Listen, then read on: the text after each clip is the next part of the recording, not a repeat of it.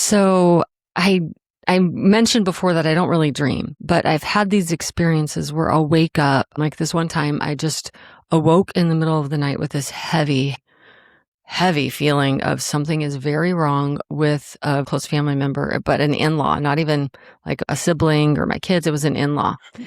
And I just knew something had happened or was like something bad. So it's like 2:00 in the morning. I call people. I wake up their parents. I, wake up Scott, and I'm like, I don't know what to do, but something is wrong. And everyone's kind of like, you're a little bit crazy because this person hasn't called. This person isn't reaching out. This person isn't saying something wrong. Right. But they weren't where I could get a hold of them to check, or that would have been my first step, right? Check on the person, but I couldn't.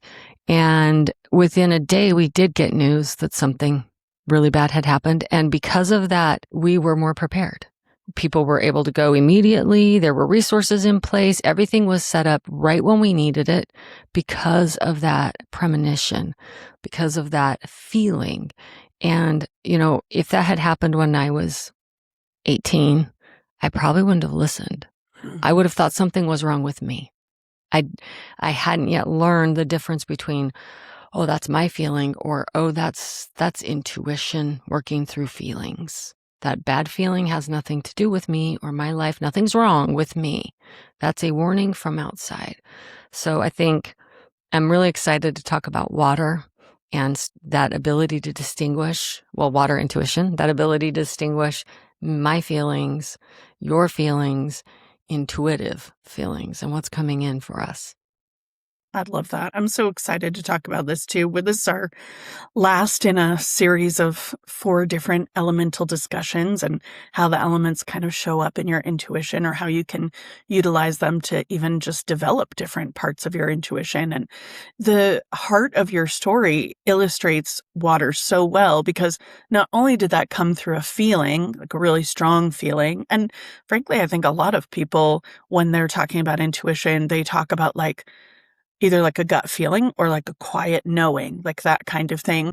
And so you had that, but also water it's definitely connected to feelings. It's most associated with feelings, emotions, that kind of thing. But your experience also shows that water is about connection, right? You had a connection to that family member. That connection is part of why you felt that disturbance.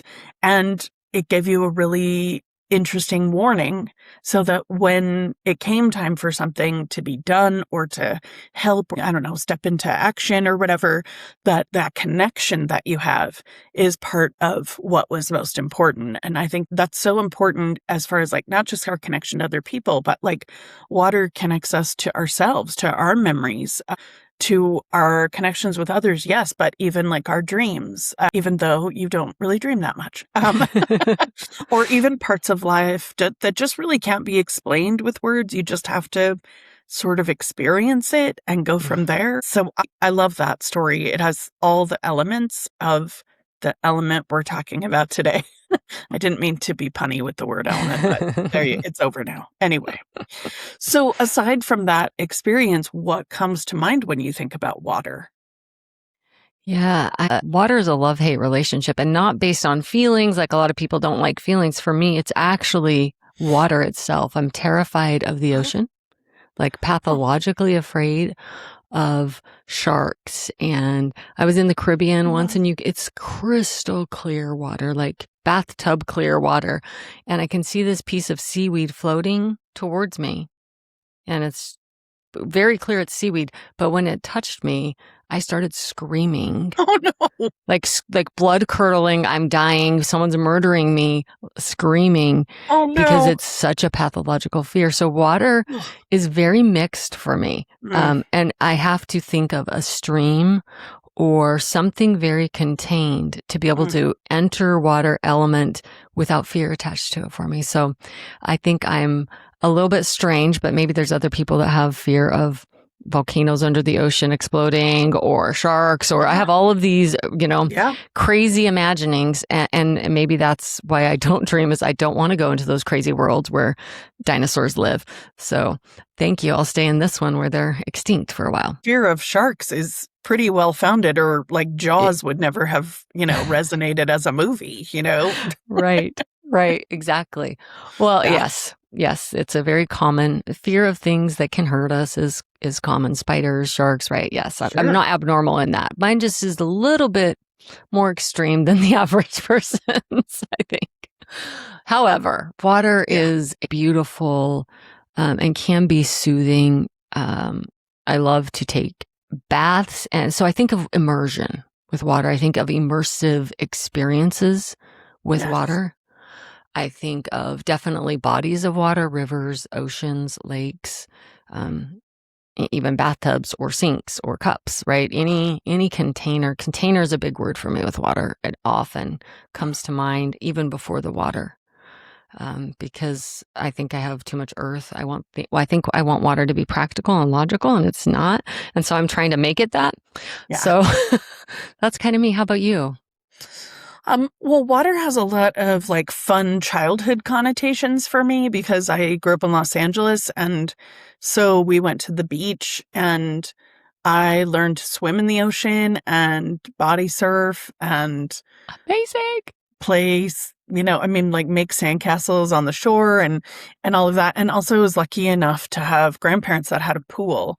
And so most people go to swimming lessons or, that kind of thing, but I just kind of grew up in the water. So I remember my grandmother teaching me how to swim, but not like super formally, just helping me go from like the shallow end to the deeper end by knowing like how to keep myself afloat and that kind of thing. And also water is like sprinklers and, water fights and fun in the summer and drinking from the hose and, all kinds of like childhood nostalgia, I think. Yeah. But I also find that water is like the very first place where I really felt connected to something bigger because sitting on the shore on the beach when I was probably like 9 or 10, I just realized that like the water would come in and I was just sitting there on like where the water was still coming in and building sandcastles, but just like everything kind of coming back and like looking out and you can't see anything on the horizon, right? Like the horizon just kind of disappears.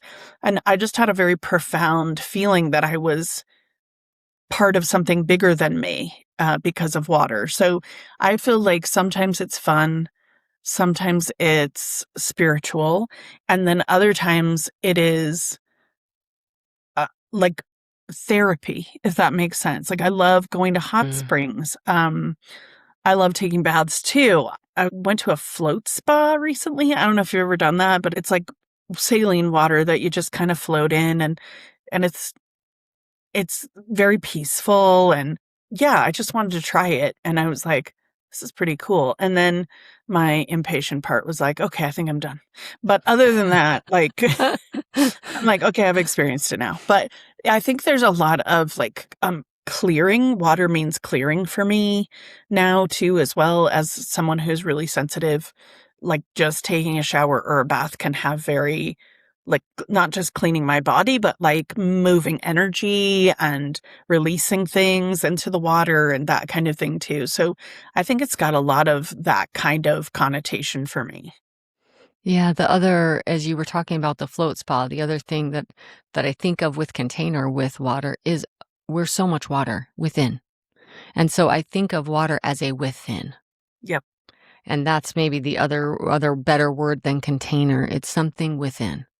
I It's love within that. others, it's within us, and that connection to their within from our within or our within to their within, however you want to say that. I Yes. think the innermost parts of us are water.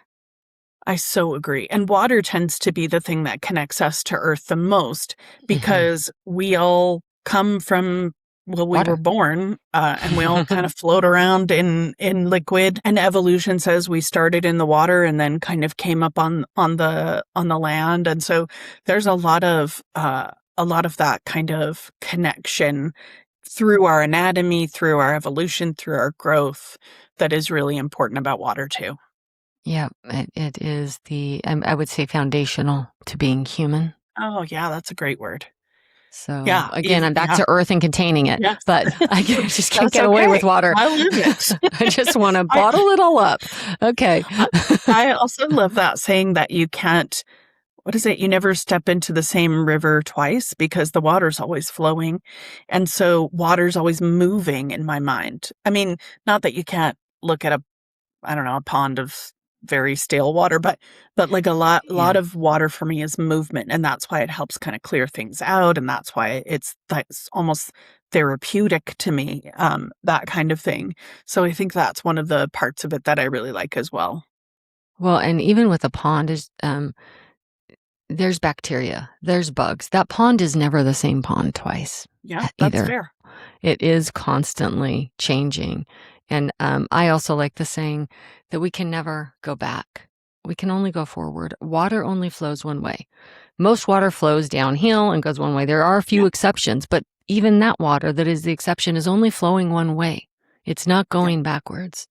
So, it is directional as much as it is movement, that there's a from within to without, either into someone else or through us, but it's a forward based movement. It's not going back. The memories come through for something future.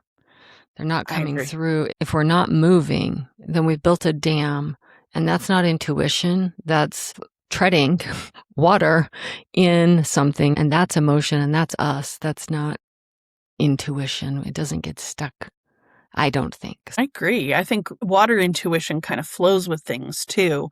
It's Mhm. not always, we've been talking about how we have all the elements in us. I mean, obviously our bodies are made up of water, but or a great deal of water. But I feel like there's so many things that like water can teach us to move with things, to flow. It can teach us that we can adapt. Maybe even we can move with something instead of trying to control it. Or sometimes a little bit of that earth energy that's kind of like sit back and wait and see how things go. I think like water is still moving, but it'll be like, it it can work out. It can work out even when it's moving, you know? And so I really like the assurance of water as an element for sure. Water under the bridge, the saying, right? You just let it flow. It'll be water under the bridge. It's going to pass. I love And I that. really like you can use a river or the ocean, but I think of a boulder or a rock on a seabed or a riverbed, and the water goes under, around. It doesn't go through. It doesn't Right. disturb the rock. It might wear away over time, millions of Mm. years, the top or the sides. It might shape that rock, but it doesn't try to turn the rock into water or anything else. Oh, It flows around it. The power of water to carve away rock over time, it does shape us, it does hone us, but it does so gently and almost imperceptibly, right? It's very, very subtle movement, and it allows everyone to be them. I don't have to not be a rock or a piece of coral and be immersed in water. I still get to be a human that's immersed in water to become something I'm not. And I really love that about the gentle acceptance of water. I do too. Just going to astrology, I used to think because I was an earth sun sign, that was kind of like the meat of who I am. But then you reminded me that we sort of grow into our sun signs, if that makes sense. Mhm. Because what I really, when you look at my chart, there's a lot of water in it. And, like we've said, all of the elements live in all of us. But I think my whole mode of moving through the world is emotion. So when that water element is working through, do I feel good about this? Do I not? Is something off? Is it not? Like there's just a lot of that kind of, I think that's how I experience things first, if that makes Mhm. sense. And so it's one of those things where you can tell me a lot of things about it, but if I still don't feel good about it, it's not that I'm not open to facts. It's that the facts have to shift how I feel, and then I can kind of get behind it. And so it's kind of funny, because it doesn't mean I'm not a reasonable person or I can't handle logic or that I won't listen to anything else. It just means that's kind of like my first mode of experience with things. The saying, I guess I'm just doing sayings today. This is the idiom podcast, apparently. But Okay. sorry. But that people buy emotionally and justify logically. Most humans, like, I want a house, I connect with the house or I don't. Once I've connected, I will buy a dump because I've connected with that house. Or I will not buy the most perfect house because I didn't emotionally connect. And that's most people with cars, with any big purchase. Often it's those first 3 seconds. What our emotional connection or response to that? Because we're 80% water, we get the vibe very quickly. Absolutely. That's so funny you talked about houses, because when I was looking for this house, I had a realtor that spoke woo-woo. And because sometimes I'm like, yeah, I like that house, but it's not my house. I don't know whose house it is, but it's not mine. And so I would just get a feeling that, like, no, it's not, I didn't belong there or had a bad feeling. It was just, no, this is for someone else. This doesn't quite fit, and I thought that was really fascinating. And she was very kind and wasn't like, oh my God. She'd just be like, okay, I guess this isn't your house. Like, what's the next on the list? So yeah, I find that really fascinating. But I do think that even when we're babies, we respond to like vibes, for lack of a better way to say it, like that subtle energy. Because even though water works through our feelings, it's not just like being happy or being sad. It's the subtle energies that we can kind of understand. And honestly, like, not just humans, I feel like animals can do that too. There are For lots of sure. animals I've met that are like, if that dog doesn't like you, then you must be having a really bad day, or you might be a horrible person. I don't know, somewhere in that, mode. And then, so I think we all have that. Like, we always get initial feelings about people, places, jobs, that kind of thing. And I think that that's really important, because it can be something like, oh, I instantly felt the mood in this room. But it could also be like having really vivid dreams, like dreams that even dreams that seem highly symbolic, or dreams that feel like they're kind of just everyday life. As long as they are like really impactful and vivid, I feel like that's a lot of water coming through. I think also one of the things that I was good at for a long time but didn't realize is that the water intuition worked through me in understanding if there was something else going on in a conversation that was really subtle and sort of like underneath like the main point. So it would be like dealing with what people were actually saying and trying to make sense of it, but also dealing with like agendas or fears or things like that that were kind of driving the conversation. And it was always very confusing to me. I'm like, which one should I respond to? Should I respond to like, Yeah. the undercurrent or what's actually being said? Because I think that, it was very confusing. But yeah, absolutely. I think sometimes water also kind of tells you when someone has an ulterior motive. You can feel that kind of thing behind it as well. Well, and I'm really glad you used the word undercurrent, because I think of the ocean and how Oh, powerful yes. undercurrents are, like a riptide. And so, do I respond to what they're saying with their mouth, or do I respond to the riptide that I can tell is there? And they just are pretending it's not because they don't want to be the bad guy, or they don't want to be confrontational, or they don't, whatever it Yes. is, but it's a riptide. And if you like, we're going to teach you in a minute an exercise to do a body scan. So if you don't have any tools to discern, is that a riptide Or is that me just panicking because I don't like this person? Is Right. that right? Like discernment is a big, important thing, I think, with all elements, but specifically with water because it's so subtle and it's so slippery, right? It just kind of slips around the rocks. And so before you can grasp it, it's moved on. And so having a way to pause, like we talked about with earth, but earth is so solid and steady, it's not shifting as quickly as water. Yep. And so we need a little bit faster response time with water. Even though we don't think of water as quick, it kind of is. At least it's always in movement.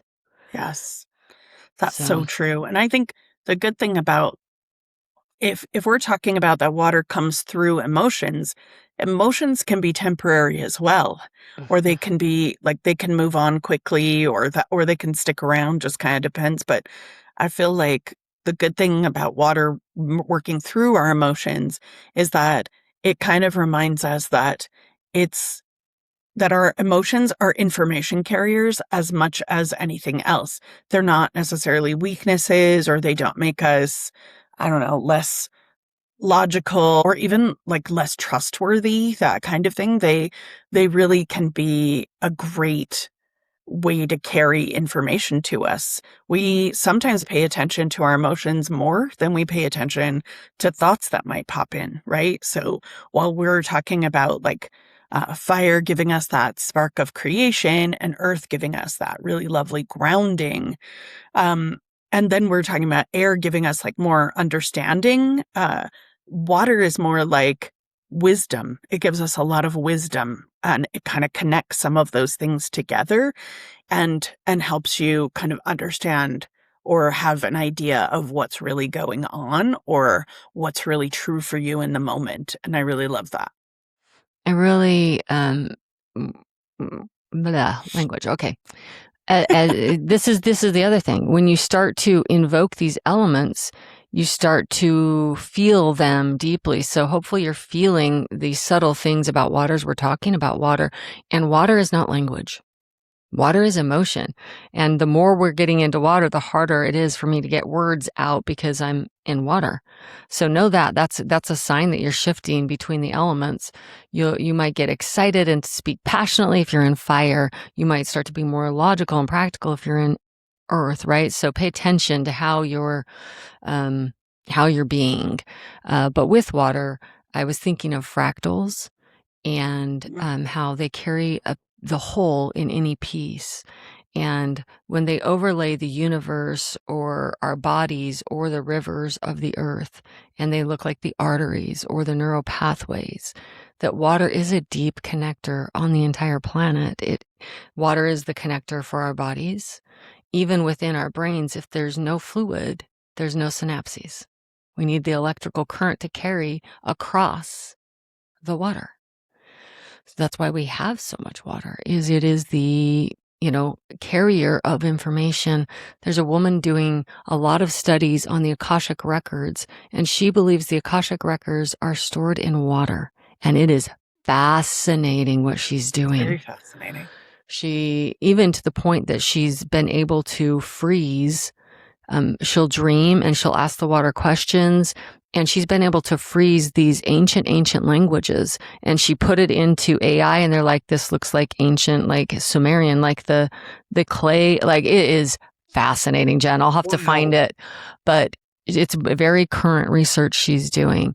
And so it is an information carrier beyond the emotional level. It has deep truth and wisdom, right? There's the Japanese scientist who was freezing water crystals, that water never forgets where it has been.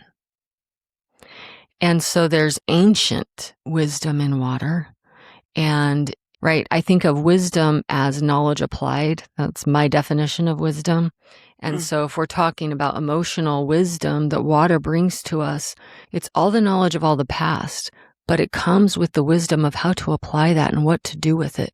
That bad feeling I got in my, initial story, it wasn't just a bad feeling with nothing to do. It was a bad feeling of take action now. The wisdom came with the warning. So I think that that's a really important part when we're talking about intuition versus feelings, is that the wisdom is a big key of that. That the more you hone that intuition, the more you're going to see the wisdom piece of it, that there's water is movement. It's not just sitting and floating, it's doing something. It's always carving at the rock, whether we can tell it is or not. I think that's an important distinction because sometimes when we're talking about feelings in general, even without talking about intuition, we're talking about there's a lot of sayings about how our emotions take us over, or, that emotions are sort of out of control, or that kind of thing. And sometimes really strong emotions can seem like that. But I think when we're talking about water for your intuition, we want it's not the emotion, it's the wisdom that it's carrying that needs to be paid attention to. And I think also water tends to invite us to become curious about what we're feeling, like where did it come from? What does that mean? Especially when feelings kind of come out of left field and we're not entirely sure where they even started. There are places where it overlaps, where, we might have a strong emotional reaction because we're excited or we're stressed or or a combo of any of those, but I Mhm. think it's not necessarily that you just let emotions take you over or that you don't question the emotions when they come through. It's more about noticing maybe patterns even over time. Like maybe I just get really excited when like a new idea is coming through or something like that. I think the biggest one is if you're paying attention over time, you can see like which of your emotions tends to consistently lead you towards that Mhm. wisdom or that truth for you. And that's really important. Yeah, I think that is vital. I agree with you. This, yeah, I don't know. I don't have a better word than wisdom, and I know that's kind of a vague word. I wish I had better language, but water isn't about language. It is clairsentience. It's clear feeling, right? Yep. So, like, we have clear knowing for thought, we have clear sentience for feeling, and I don't know. It is a little bit tricky to describe something that is so not language. And so to have to use language to describe something that the whole definition of it is not that thing. So we're proving a negative almost with water Yes, intuition here. And I think it's just a little bit tricky for me, at least. I'm struggling a little bit. So I totally um, agree. I think that's part of water intuition, that sometimes it's hard to say it out loud, to explain it to others, right? Again, people thought I was crazy when I'm like, hey, something's not right, because I can't explain it well. Yep. I don't have a logical reason for that. I just feel it. And it's the wisdom of pay attention now was part of that. So and sometimes it's not pay attention now. Sometimes it's, maybe that's not the greatest friendship for you. Maybe you should flow around that rock and just pick a different rock to Yeah. hang out with for Steer a you in a while. different direction. Yeah. Yes. I like You that. don't have to break them or change them, just flow around them or under them. You don't got to do that, right? I So love I that. think that water is about allowing yourself to get caught in the stream of life and not fighting that, and trusting those feelings that lead us from A to B without having to prove them with language, with logic, with fiery passion. There's a calmness to water. Mhm. Not that water isn't a storm and wild and ferocious, also, it is. But usually, those are something has gotten very out of alignment and your life is exploding in some way, and then we need the power of water to carry us through. But if you stay in the flow, it's usually pretty gentle. At least I that's my think that's opinion. fair. Yeah, absolutely. I'm glad that you mentioned clairsentience because that really is the mode, the dominant sort of sense that that water comes through. And I think that is emotions, like things we feel inside. I also think it might be sensations. So a lot of Mhm. times when we're experiencing an emotion, we have like a wave of warmth come over us, or we have goosebumps, or um, we have like a feeling like a cool, it could be all kinds of things. Like I knew somebody whose fingers sort of, when things are asleep and they're starting to come awake again and they're kind of like pins and needles. So she would have like the little pins and needles feeling in her fingers when something was, like coming in as an intuitive message. And I wonder if physical sensations like that aren't a little bit easier to sort of align with intuition wisdom, because I think we can question our actual emotions sometimes, or they seem a little more elusive, kind of like the water flowing, like you were talking about. But maybe like physical sensations, like the hair on the back of my neck is standing up. I feel like all of my examples are like horror movie ones. That is not what I'm trying to do. But although those are, sometimes they're associated with Valid. stress or horror. Right. Yeah. But it does feel like there's a lot of those kinds of things. Yeah, there's a lot of physical sensations as well. And so I know someone also who just got goosebumps every time she felt like she was getting an intuition, like an intuitive kind of tap on the shoulder for her was getting a little bit of goosebumps. Like not so much that she was like cold or whatever, but and usually it was when she wasn't cold. So it was kind of not as she couldn't really explain it on the atmosphere itself. And so she ended up going, oh, and she connected the dots between, oh, I felt the goosebumps, but then I also had this kind of inkling about something else. And so she connected the dots. And I think over time we can kind of see like where our emotions come in our body, where they manifest. And that even just like paying attention to our body sensations is a really great way to be able to connect to water overall. I have two really strong body sensations that over time I, like your friend, realized. One is I do get that pins and needles, that tingling in the top of Oh, my head huh. when like it will almost always precede a profound light bulb moment, but usually when I'm working with someone else. And it's like their guides. It's like I've hooked up to their guides and I'm sensing that shift of Oh, information flow, not from my guides, but from their guides. And it like tingles when that, I don't know. I don't know how to explain it. Again, water. It's not I explainable love it. with this mouth. The other one is I used to get, to me, I thought I was panicking. I thought I was having a panic attack. I couldn't breathe.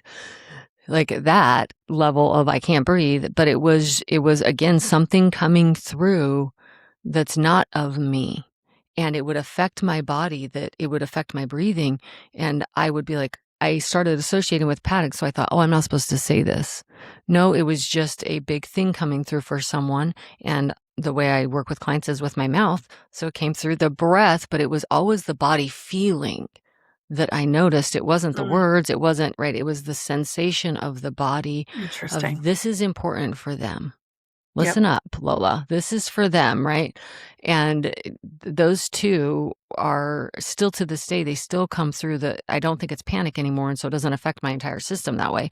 I've Good. learned, but that took time, right? Water is, again, that elusiveness, that slipperiness of it. If you're not paying attention, you might not know that you have water intuition. So record these, and we're going to throw an exercise up on the blog about kind of how to understand the feelings that are going through your body, and even how to create feelings from within or shift feelings you're having, basically mastery of feelings. So we'll put that up on the blog so you can learn that. It has too many steps or we do it live. Yes. But also, I think that's so great because you don't have to only be thinking about how emotions work now. You can bring them back up by going through memories. So the Yes. exercise we'll put on the blog is one of those things that will take you back through a memory. And I don't know about you, but sometimes if we're talking about something that happened, the emotions of it connect before the happenings do, if it's a memory. So I will remember feeling stressed or feeling excited or whatever. And I think that is a great way of being able to go back and connect dots too, right? So you're remembering the emotion and you can go, oh, well, also this was associated with this. And so it can be something that you bring back up in the present, even if it has happened in the past, which I think is really great. Yeah, it gives you another tool, right, to use your water intuition with. So Exactly. it's a cool exercise. I agree. Yeah, it's very fun. And I think it helps you kind of realize what you were feeling and how you were feeling it, right? Like, did I get the goosebumps or did I just have a really heavy feeling? Things like that. I think that's important. And Hmm. we can also just scan our body now to kind of get in touch with our emotions. I just feel like it's pretty simple. You can do it, I don't know, at your desk at work. You can do it in the car, that kind of thing. But the idea for doing it is to be able to kind of understand like where different emotions or sensations are in your body so that you can connect those dots later, right? So you might find that you scan your body and feel a lot of tension in a particular area, and that gives you different information than if you're just feeling like super happy and flowy in other areas. So I really love that. Yeah, do you want to talk more about the body scan?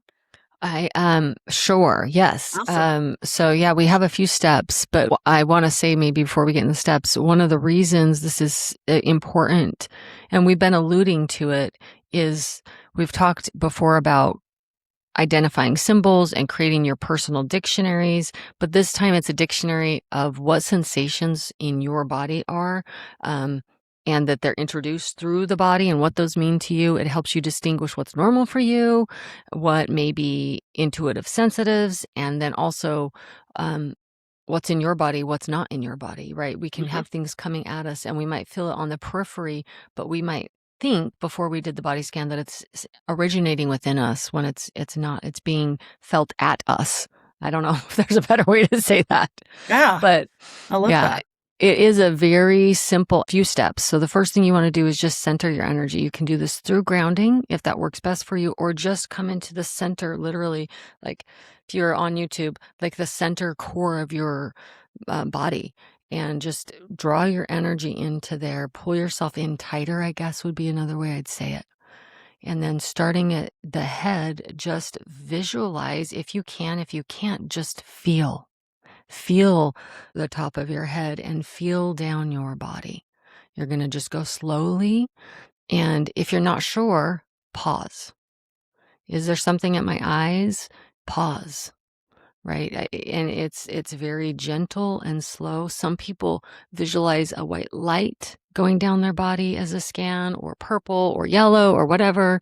Yeah. Some people visualize water pouring over them. So whatever feeling is soothing to you, allow that, and then notice those things. When I've done body scans, I've had things show up as feelings. I've had things show up as a color or a shape.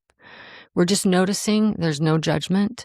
And then the key is to write it down, to record it in some way. You can speak it into a audio recorder.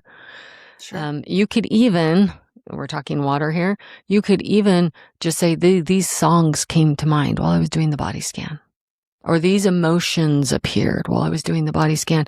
We don't have to record it in logical things because it's not meant to be that. So over time, you'll start to see some symbols. Every time this person shows up, this song is in my body scan.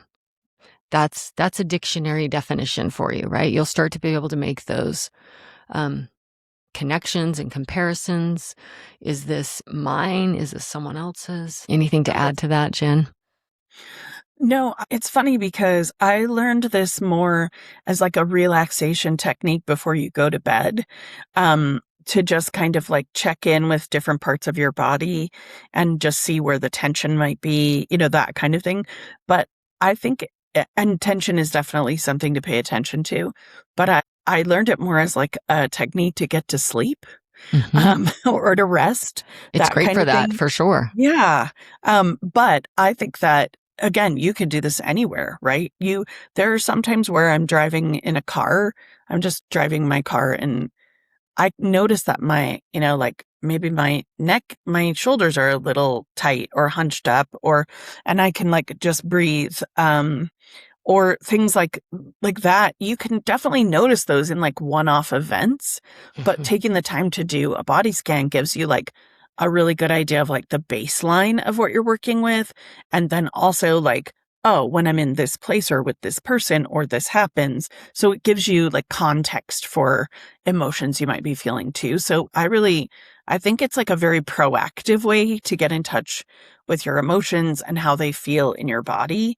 Um, I think this is especially important for people who are highly sensitive or empathic because they tend to feel other people's emotions as though they're their own emotions. And so knowing like how your emotions feel in your body can help you better like differentiate between what's yours and what isn't. And because there's really a big difference between being compassionate or being like in your water intuition and understanding what's going on and sharing someone's burden emotionally, you know? So being able to use visualization as a way to protect your energy is a really good way to give yourself a boundary. A lot of clients, when I've talked to them about this, they feel like they're being mean and they're shutting people out if they visualize protection. But I think you could think of it more as like a boundary. So you can visualize a bubble of light being around you to give you a little bit like extra personal space. Um, some people visualize a boundary. I heard one person say they visualize like a wall coming up between them and the person they're talking to. And it can be a clear wall, like you can still see the person, but it goes, oh, right, this is mine and that's theirs.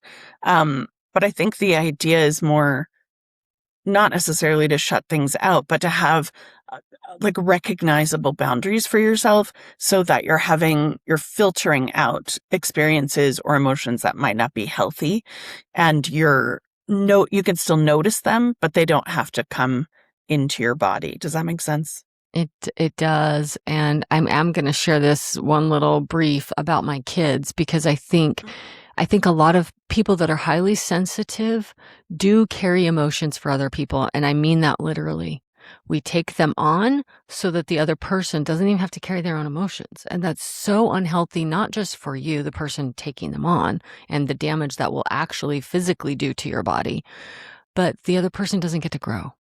And I see this a lot with parents.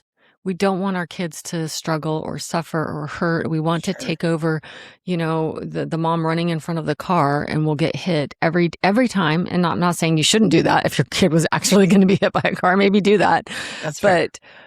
But emotionally, we do that all the time, and we're stunting them.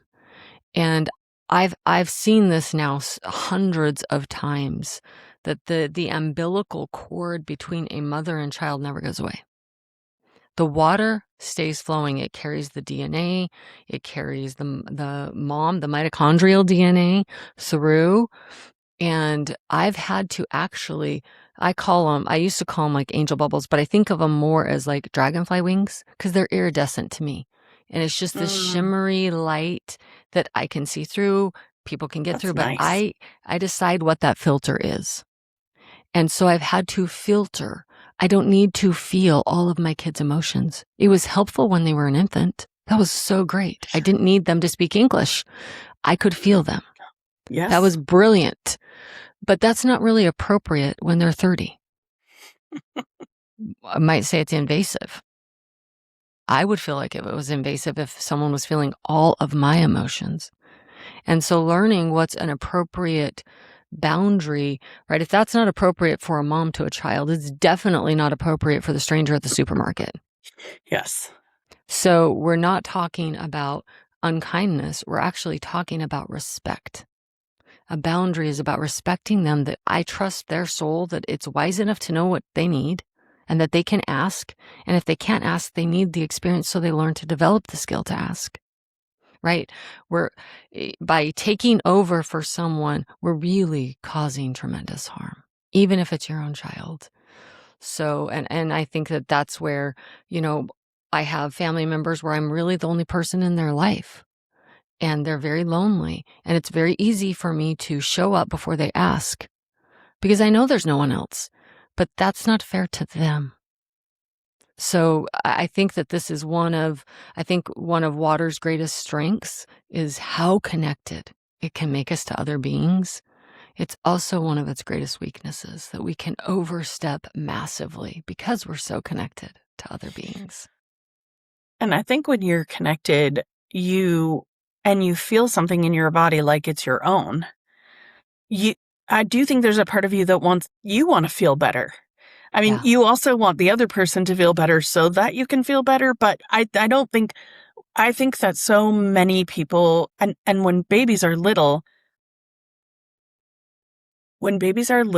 they can't ask for what they need. The Right. only way they can is through crying. And then, as we develop language and we develop like the understanding of our needs and being able to ask for what we need, like that's an important developmental step. And so I think sometimes it's very confusing if you're like a parent or like a very intertwined person. Like the connection is like a superpower, Hmm. but what we do about it, we still have a lot of choices with that. And so we can like kind of like when you woke up in the middle of the night and knew something was going on with your family member, sometimes it's a heads up. Sometimes knowing Yes. someone feels badly or poorly is a heads up. Sometimes I probably need to go render aid or I need to at least acknowledge it right now. And sometimes it's, oh, when this person comes to me, then I'll already kind of know that they might need some support. So I think there's a lot of different reasons why we can feel the emotions of other people, survival wise and Hmm. all kinds of things. But I think the thing with when you're feeling other people's feelings on a regular basis and you're not trying to, it's just kind of how you're built. That another thing that's really helpful aside from just visualizing protection is doing some kind of energetic cleansing every day, meaning kind of filtering out, like you doing something that helps you filter out better what isn't yours. So you're returning more to you and what your emotions are, and they're not getting quite as intermixed. Oh my gosh. I have a lot of different ways that I like to do clearing, and some of them are with water. What are some of your favorite, I don't know, energetic clearing kind of habits? One of I'm really, the energy of a space deeply impacts me. I've actually been reading up on nervous systems and what soothes nervous systems. And a type of nervous system is space related, like the environment Oh, activates or de-escalates the nervous system. I am that person. My space needs to be deactivated for me to feel at peace. So cleaning is one of my daily energetic clearings, hmm, but I also use incense, baths. Um, it depends on what is going on and how much time. right. Sometimes I just close my eyes, kind of like a body scan, and I just visualize a shower, just washing everything off, and it's just like a rain. I love rain, so playing in the rain is another. If it's raining, I will definitely intentionally go play in the rain as an energetic clearing. I love that. So, I like to stand in the wind and do that. mm. My allergies don't always love it, but I find it very effective. Yeah, it is. We don't recommend standing in the fire to do that. We shouldn't have I to think say that, but I'm so glad you did, I Jen. know. Okay. I'm always worried about, yeah. Anyway, I think, just like we can do visualization for protection, we can also do visualization of clearing. I usually shower at night. So a lot of times I will stand literally with the water going over it and thinking like whatever I don't need gets to go down the drain too. So there's a lot of just our personal hygiene that can also double as letting go of things. I really love crystals for this too. It's Mhm. definitely an earth element, and earth elements ground me. So there are crystals that are meant for clearing. And some of them are meant for clearing like negative energy. Some of them are just meant for clearing out what isn't needed. Selenite is one of my favorites. Yes. Kyanite is another. But there's a lot of different crystals that can kind of help. But I also find that anything I do that helps ground me is also a clearing in a way. So if I get grounded, then I'm back to my energy better and I'm sort of plugging back into my own energy. And then whatever isn't mine can kind of fall away. So grounding can be a really great way to kind of clear your energy, if that makes sense. I think anything that puts you immersed. So whether it's an incense, a crystal, Oh, right? yes. So I almost think of it as a immersive thing to your physical body. But I also clear my car, my home, my electronics, Mhm. the earth my home sits on, whether I own it or not. Even my office, I will just Mm. be like, clear the desk, clear the computer, because I believe strongly we have energetic fields that go out and they impact and interact with everything.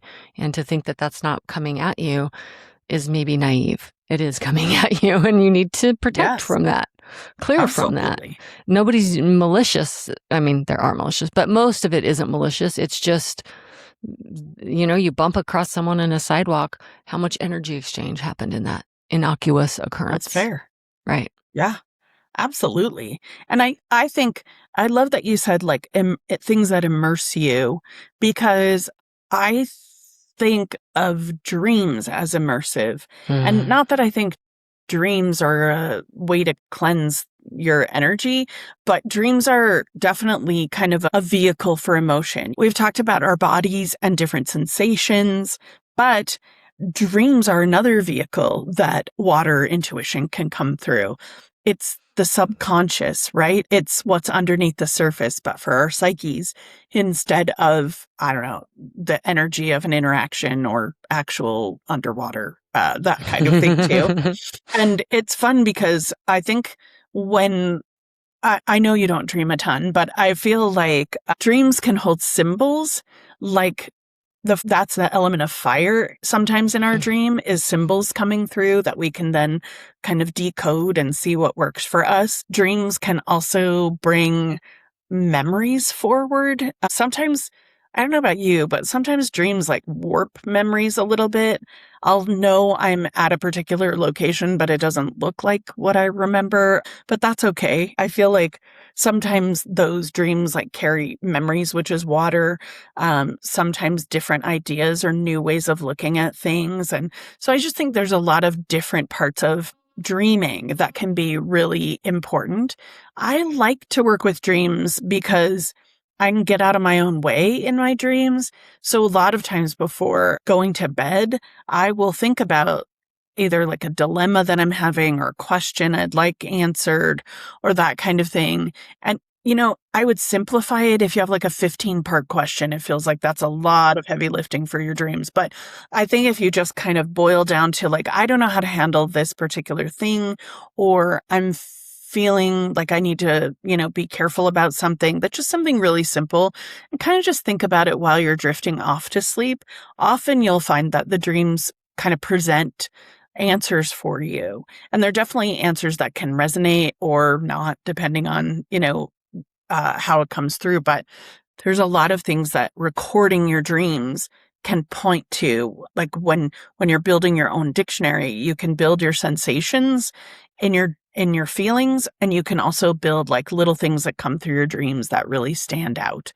And I think especially if they have personal meaning to you, they tend to be really important. But noticing themes or symbols or like just different elements of your dreams that keep kind of recurring, that can also be water kind of trying to get your attention, but not by like scaring you, but just by showing you something again and again until you connect the dots.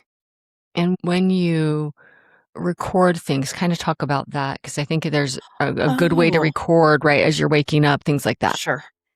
A lot of people have dream journals and they just keep them by the bed. And so right when they wake up, they start writing down their particular dreams. I have found that the more awake I get, the less I remember. So I'll write down the beginning of the dream really, really well, and then it'll kind of start to fade.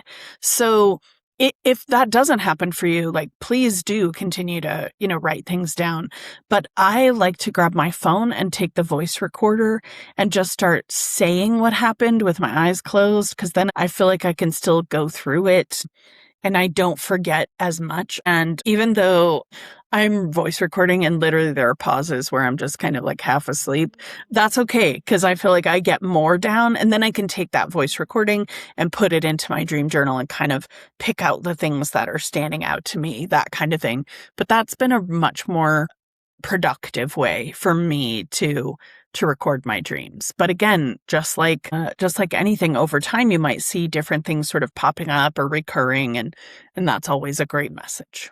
It becomes its own dictionary over time. Yes, it's so true. For intuition for you, right? Yes. You'll develop new symbols, you'll develop new language. There will be all kinds of depth that comes through. I think that's a great word for water intuition, depth. You get depth with water intuition.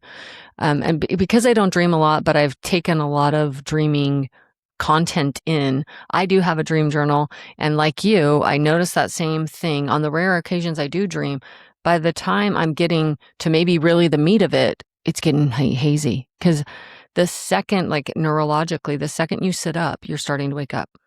To write, it's very hard to write laying down. Unless you have a space pen or a pencil. Pencils are better if you want to lean back and write, which will keep you asleep for longer. I wasn't as smart as you getting a recorder, so I learned to bullet. Fish eyes, this, and then that would jog me to go fill in the details. But that's a way that my brain works, and I'm not a very dreamy person, right? So I don't know that would work for a very watery person. I like your way better. And with Jen's way of audio recording, or if you use the bullets, remember not to be too stuck on the language. Who cares? Like I just said, fish eyes. I don't know where that came from. That's a weird thing to write down, right? You're like, what is that?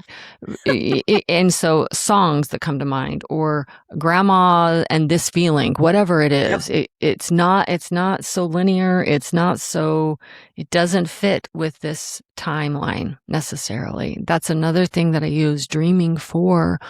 Because you can use dreaming that you do at night. You can also daydream and allow your thoughts to wander. And I daydream a lot. Another word is visualization, meditating, daydream, same things, right? True. I use that a lot. And you can visit past lives and other timelines when you're dreaming. So if I'm like, when I was starting a different level of my business, I always ask, is there any lifetime that would help me with skills for this? Can I go get those? And you can set that intention before you go to sleep at night. Mm-hmm. And I still, like, I have a Apple Watch. I dream every night. I can see that I'm getting REM. So I know I dream. And every once in a while, everything is very kind and gives me a piece of it when I wake up, but usually not. Usually that's for my dream world and it doesn't come back. So anyway, there's a lot of ways to work with dream journals, but you're a master at it. So you are. This is not my forte for sure. Well, I think it's so interesting that you brought up fish eyes, because a lot of the imagery that water brings through is sort of things that are of water, right? Like, so it can be ocean imagery like fish, or it can be tides, or like we were talking about water under the bridge, like it can be bridges, things that connect over water, rain, things like that. Like a lot of symbols of water working through us are kind of watery. But, just like any sort of symbol that comes up, we want to ask, like, what does it mean to us first? Or how does it resonate with me first? Because intuition is not really about getting it right. It's about going with what really resonates with you. And that's the important thing when interpreting those kinds of things. And I think especially with water, it's more like emotional resonance, like it feels right. And if it feels right, then that might be leading me somewhere. Or if it feels interesting or curious, or it's making me want to go down a Google rabbit hole researching things or that kind of thing, that's part of it as well. Yeah, layering in that curiosity again. Intuition does work a lot through curiosity, I think. That's so true. No matter which element is operating, curiosity is a nudge. I agree. It's a good kind of default setting. I think there's a lot of arguing because people don't get curious. They just are trying to say what they want instead of like really trying to understand and being like, oh, what did that mean? Or what is that? Why is that important to you? Things like that. So being curious is a really good like default setting when you're working with all the elements, really, right? Whether it's like fire images or air thoughts or earth sensations, things like that. I think the elements are always trying to not just like get our attention, but they're trying really hard to make it meaningful when they get our attention. Elements. Fish eyes just keeps coming back, and I literally am getting chills. And I was like, oh my gosh, there's so many layers to this. And this is how dreaming works for me. It's daydreaming. I get an image, and then these things start flowing through me. That is still water. I love But that. fish eyes, human eyes adapted from fish eyes, and we don't see very well. As far as the animal kingdom is concerned, we have garbage eyes because they were made for water first. And if you do the fish eye camera lens, it kind of bends everything. I think this is dreaming. It bends things to shape our perspective. The water flows around. It's bending around the rocks or under, right? It's a shaper of what could be, of what was, and maybe we didn't see or understand it correctly. And so it's this bending that is going on. And as you said the word resonance, I can like literally hear wells singing. Water is such a conductor. Nice. Of deep wisdom. Wells are ancient, right? So I think that it's important to distinguish, like, this is intuition. It's not how I'm feeling, right? That's one of the main things we want you to walk away is everyone has feelings, and they're like thoughts. There's billions of them that float through this constantly. We're talking about something beyond that, something from the everything, again, or your guides or your ancestors, however it works for you, the angels. This is distinct and different than emotions.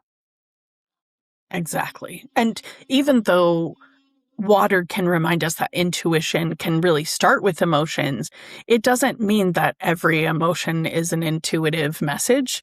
And so just like every spark of idea doesn't have to be a fire message or any kind of wisdom that just jumps in. Sometimes it's just us, which is great too. The important thing is that we get curious and we follow what resonates with us to be able to let those elements speak through us and let our intuition flow. And it's a matter of trust, and building trust with your intuition through these elements is wonderful. We've given you lots of different ways to interact with these elements and practices and things. And just like we have for other elements, like we definitely invite you to record your dreams or to play with body scanning and see how that works for you, or visualize protection, things like that, so that you are kind of feeling or playing with it and experiencing it, because your truth is going to come through the experiences that you have. And that's really important.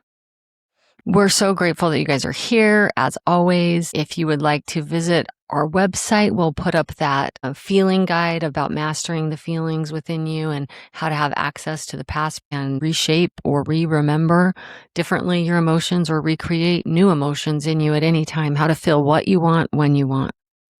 Please visit our website for an easy reference guide for water intuition. And also there's other great articles on there, so feel free to check them out. They're spiritual in nature. Sometimes they're little checklists. Sometimes there are ideas for meditations, things like that. So check out the blog when you go to modernmysticspod.com. And our podcast today is brought to you by... oh my word, what is my name of my business? Being with Gaia. And Readings and More by Jennafer. Join us on TikTok, Instagram. We love getting emails, comments, and you sharing your own experiences with water intuition. Thanks so much, guys. See you soon. Thanks.